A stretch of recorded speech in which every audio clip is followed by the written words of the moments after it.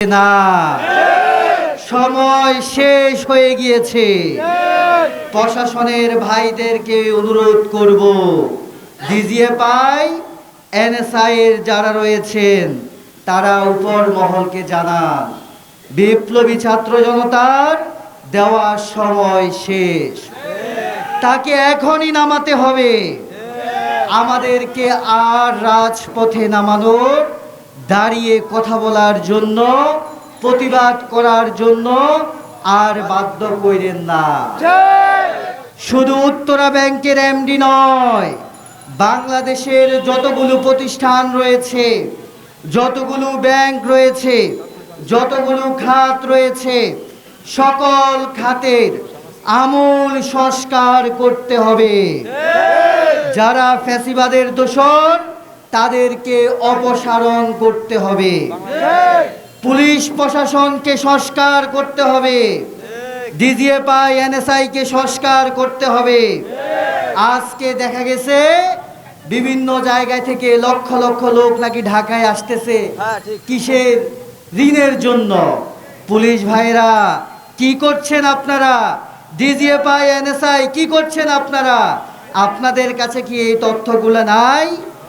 আপনাদের কাছে কি এই তথ্যগুলো ছিল না? এরা কারা? এদেরকে ধরুন। ফ্যাসিবাদের সময় তো আমরা আপনাদের তৎপরতা দেখেছি, আমাদেরকে দাঁড়াতে দেন নাই, আমাদেরকে কথা বলতে দেন নাই, আমাদের রিপোর্ট নিয়েছেন। কিন্তু আজকে কেন আপনারা নিষ্ঠুর?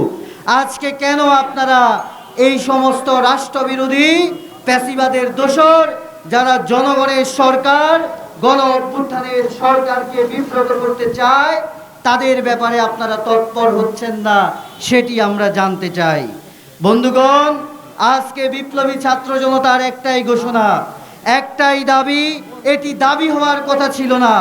অভ্যুত্থান পরবর্তী সময়ে গোয়েন্দা রিপোর্টের মধ্য দিয়ে, এজেন্সির রিপোর্টের মধ্য দিয়েই উচিত ছিল এই রবিউলকে সরানো।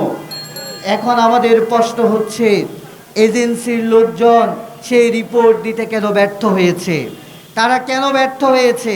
কেন এখন পর্যন্ত তাকে এখানে বসিয়ে রাখা হয়েছে? তাই আমরা আর সময় ক্ষেপণ করতে চাই না, আমরা আর কোনো সময় দিতে চাই না।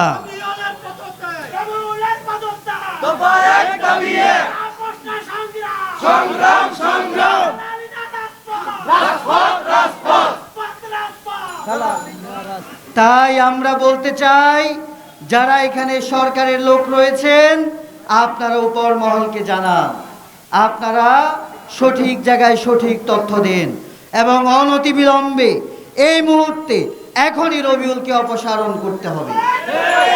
আর যদি অপসারণ না করা হয়, আমরা গণভবন যেভাবে দখল করেছি, আমরা যেভাবে ফ্যাসিবাদকে টেনে হিচড়ে নামিয়েছি, আমরা সেটা জানি। কিন্তু বর্তমান সরকার আমাদের সরকার, আমরা চাই না আমাদের কোনো কার্যক্রমে সরকার বিব্রত হোক। তাই আপনাদেরকে আমরা সময় দিচ্ছি, সময় আর দেওয়ার সুযোগ নেই। তারপরও আমাদের স্পষ্ট দাবি হচ্ছে, এখনই আজকের মধ্যেই রবিউলকে অপসারণ করতে হবে। পদত্যাগ, ফ্যাসিবাদের দোসরদের কোনো পদত্যাগের সুযোগ নাই, তাদেরকে চেয়ার থেকে ধাক্কা মেরে অপসারণ করতে হবে। আর যদি অপসারণ না করা হয়, 5ই আগস্টের কথা ভুলে যাবেন না। সেই দিন ছাত্র জনতা কি করেছে সেটি ভাবুন, সেটি আপনাদের স্মৃতিতে আনুন।